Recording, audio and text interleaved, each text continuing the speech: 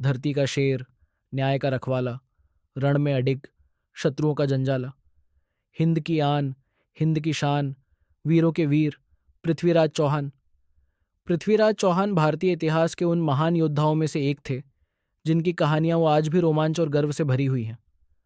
उनका जन्म 1666 ईस्वी में अजमेर में हुआ था और वे बचपन से ही असाधारण वीर और बुद्धिमान थे। जब वे मात्र 13 वर्ष के थे तब उनके पिता की मृत्यु हो गई और उन्होंने राजगद्दी संभाली। इतनी कम उम्र में राजपाट संभालना आसान नहीं था, लेकिन पृथ्वीराज ने दिखा दिया कि वे केवल नाम के राजा नहीं बल्कि एक सच्चे योद्धा भी हैं। उन्होंने अपनी सेना को संगठित किया और अपने राज्य का विस्तार किया। उनकी तलवारबाजी और युद्ध कौशल अद्वितीय थे और उनकी बहादुरी की कहानियां दूर दूर तक फैली हुई थी। कहानी तब और दिलचस्प हो जाती है जब कन्नौज के राजा जयचंद और पृथ्वीराज के बीच प्रतिद्वंद्विता बढ़ती है। जयचंद, जो स्वयं को भारत का सबसे बड़ा शासक मानता था, पृथ्वीराज से ईर्ष्या करता था। जब उसकी पुत्री संयोगिता ने पृथ्वीराज की वीरता के किस्से सुने तो वह उन पर मोहित हो गई। लेकिन जयचंद को यह स्वीकार नहीं था कि उसकी बेटी किसी ऐसे व्यक्ति से विवाह करे जिसे वह अपना शत्रु मानता था। उसने संयोगिता के स्वयंवर का आयोजन किया और पृथ्वीराज को निमंत्रण नहीं दिया। इसके बजाय उसने अपने महल के द्वार पर पृथ्वीराज की एक मूर्ति रखवाई ताकि यह दिखाया जा सके कि वे केवल एक द्वारपाल के रूप में वहां उपस्थित हो सकते हैं, लेकिन प्यार और सम्मान की कोई सीमा नहीं होती।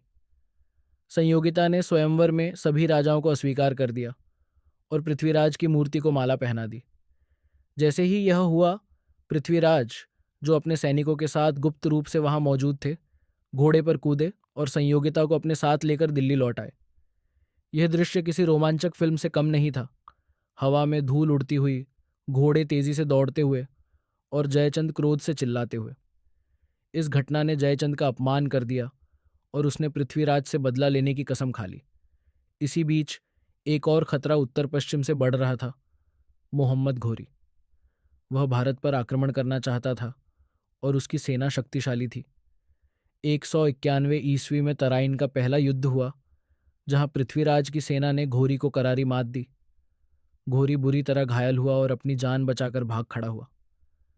पृथ्वीराज उसे मार सकते थे, लेकिन उन्होंने शत्रु को जीवनदान दे दिया। यही उनकी सबसे बड़ी भूल साबित हुई। घोरी ने अपनी हार को भूलने के बजाय बदला लेने की योजना बनाई।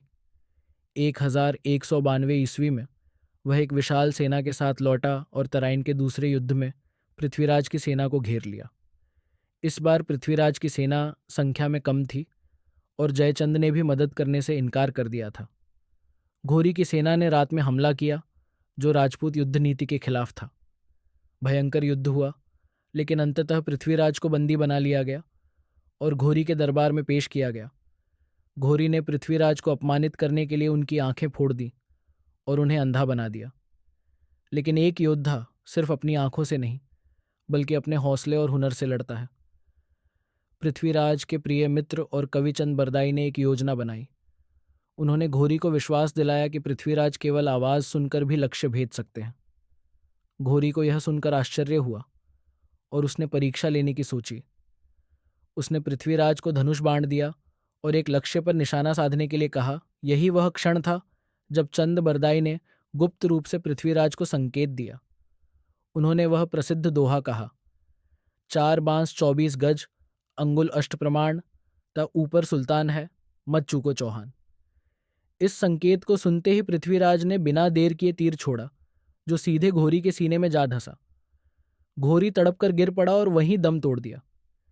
इसके तुरंत बाद पृथ्वीराज और चंद बरदाई ने अपने प्राण त्याग दिए ताकि वे दुश्मन के हाथों अपमानजनक मृत्यु न मरे।